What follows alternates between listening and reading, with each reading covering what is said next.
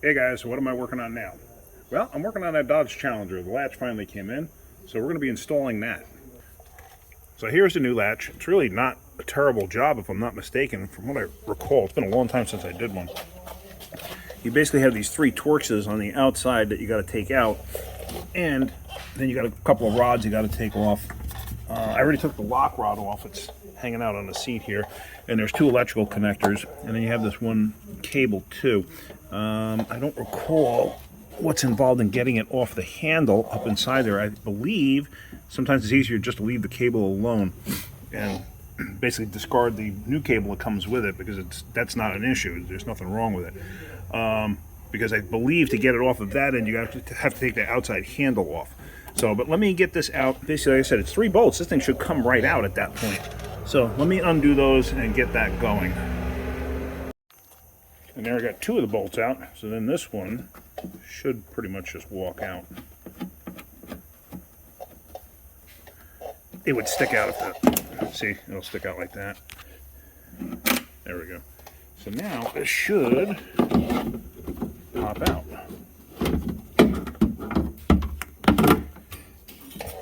And one thing I wanted to show you, you see that Allen key right there? I'm going to show you on the other door. See that rubber plug right there? If you take the plug out, that exposes that Allen key. If you're having an issue opening up the door from the outside handle, like let's say you got to pull it all the way to its max,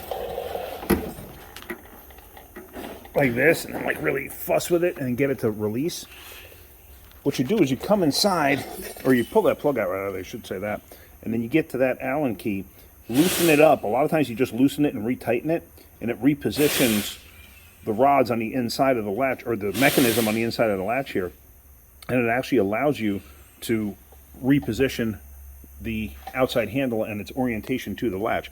I'm going to show you on the other side, because the other side is kind of difficult to get the door open. As you saw in the earlier video, I had a real problem getting the door open, and that should alleviate it.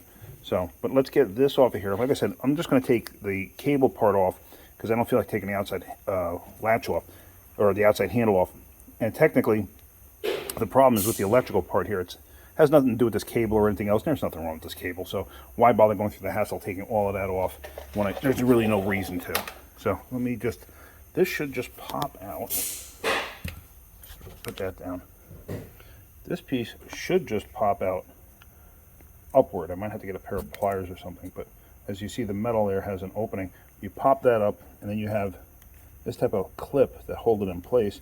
Usually you just pop the clip like that, and then that comes out. So let me pop this out of here. Sometimes you got to get a screwdriver underneath here, something just to pry it and pop it upward. So using my needle-nose pliers, I pop that out. Now always do this on the old one first, because just in case you wind up breaking it or something like that, then you didn't want to mess with the other one and do that and take that one apart. Because sometimes it's a very good possibility that it could be made to be a part of the latch, to where even if you just ordered a cable, you get the whole latch. Follow what I'm saying? So at this point now, I mean, it's popped out with no real issue. And as you see, it's just a receiver type groove there. So, all right, let me pop this other rod off here, and then we're going to switch the latch itself. So now what we're going to do is we're just going to take the latch and stick it inside the door. Make sure you don't get, as you saw the wiring harness come through there, don't get anything caught up. So now what you're going to do is you're going to basically hold that in place once you find the right spot. And once you're in the right spot, then you catch the bolts. And then, like I said, that rubber plug is going to line up to that Allen key, so you can adjust it if needed. So also, as you see that rubber gasket, make sure you don't have it like folded over or anything else. So just have it kind of like nicely in place. If you got to go in there with your finger and just push it around just so it's not sticking into the latch area, do that. So let me get that in place, and let me get the bolts caught. Now that's all in, tightened up, nicey nice.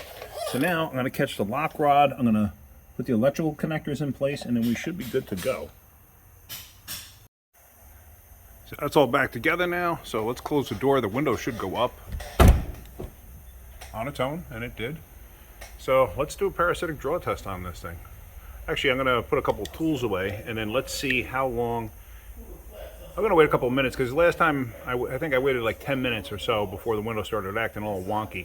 But I'm going to put some tools away and I'm going to go get my meter, and this is where we're going to do a parasitic draw test because I want to see what it actually ends up at.